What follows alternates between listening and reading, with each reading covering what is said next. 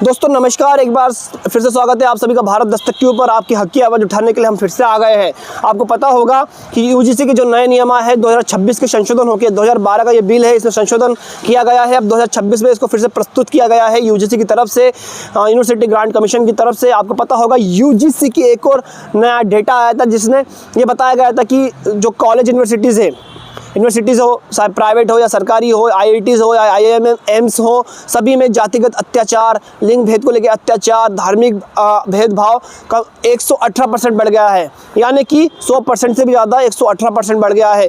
मैंने भी एक डेटा देखा जिसमें बताया गया था कि 30 से 35 अत्याचार, जातिगत अत्याचार, जातिगत शोषण लगातार बढ़ गया। 30 से 35 लोगों का रोज़ हो रहा है, जो SC ST और OBC के समाज से जो बच्चे आते हैं उनका।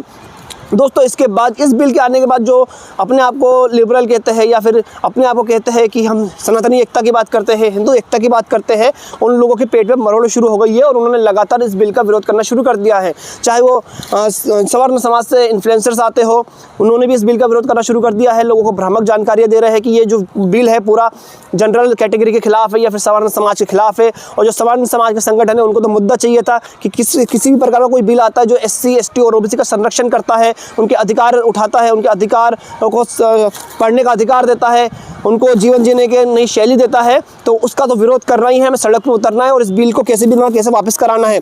लेकिन दोस्तों हम जैसे लोग हैं, जब तक आपकी आवाज़ बने हुए हैं, आपको सही चीज़ें बताएंगे, तो हम ये बताते हैं आपको कि ये बिल बिल्कुल भी सवर्णों के विरोध नहीं है। ये SC ST और OBC की सुरक्षा के लिए है। पहले इसमें OBC को शामिल नहीं किया गया था, लेकिन अब इसमें जिस प्रकार से OBC के ऊपर भी अत्याचार हो रहा है, उनके बच्चों को भी मानसिक प्रताड़ना दी जा रही है, मानसिक शोषण किया जा रहा है, तो अब OBC को भी इस बिल में शामिल कर दिया गया है कि OBC के साथ भी किसी प्रकार का कोई उत्पीड़न होता है यूनिवर्सिटीज़ या कॉलेजेस में तो उसकी भी शिकायत की जाएगी और वो इस बिल के तहत आएगा। और इसमें 9 लोगों की एक कमेटी बनेगी जिसमें SC ST और OBC का प्रतिनिधित्व होना बहुत ज़्यादा ज़रूरी हो गया है। यानी कि इस समाज से एक ना एक प्रतिनिधित्व इस कमेटी में होना चाहिए, तभी ये कमेटी पूर्ण तरीके से निष्पक्ष होकर जांच कर पाएगी, ऐसा सरकार का और यूजीसी का कहना है, जो कि बिल्कुल 100% सही है।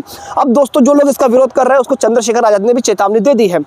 आगरा की अभी उनकी एक रैली हुई 25 तारीख की, जिसमें उन्होंने साफ कह दिया कि वो यूजीसी का जो नया नियम आया है, नया बिल आया है, जिसमें जातिगत भेदभाव, लिंग भेदभाव, धार्मिक भेदभाव और मानसिक शोषण को जिस प्रकार से प्रताड़ित किया जाता है, इसको रोकने के लिए बिल लाया गया है, उसका वो पूर्ण समर्थन करते हैं। और जो लोग भी इसका विरोध कर रहे हैं उनको चेतावनी देते हैं कि हम अगर 85% जो लोग हैं इस बिल का समर्थन कर रहे हैं, अगर हमें रोका गया, इस बिल को रोका गया, तो हम सड़क पर उतरेंगे। पहले ये वीडियो देखिए। अभी यूजीसी के नए नियम आए हैं, बड़ी चर्चा हो रही है, बड़ा विरोध हो रहा है, और मैं आपको स्पष्ट कहना चाहता हूं, वही विरोध कर रहा है जो जाति के आधार पर SC ST OBC के बच्चों का शोषण करने का काम करता है, उनको अपमानित करने का काम करता है। इससे किसी को दिक्कत नहीं है, सिवाय द्रोणाचार्य के जो एकलव्य का अंगूठा काटना चाहता है। उसके अलावा यूजीसी के नए नियमों से किसी को दिक्कत नहीं है।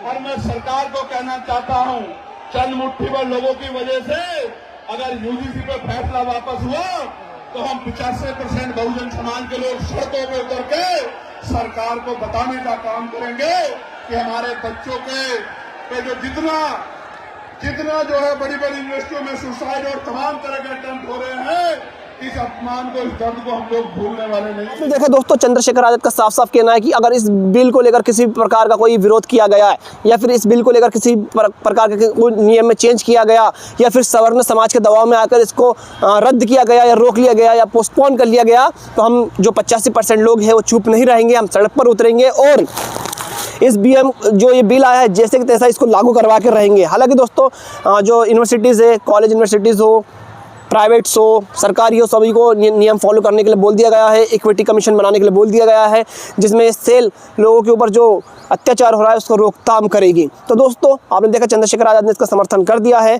और उनका कहना है कि अगर इस बिल को कोई भी रोकता है या रद्द करता है तो हम लोग सड़क पर उतरेंगे। आप क्या कहते हो नीचे कमेंट करके अपनी राय जरूर दें। धन्यवाद।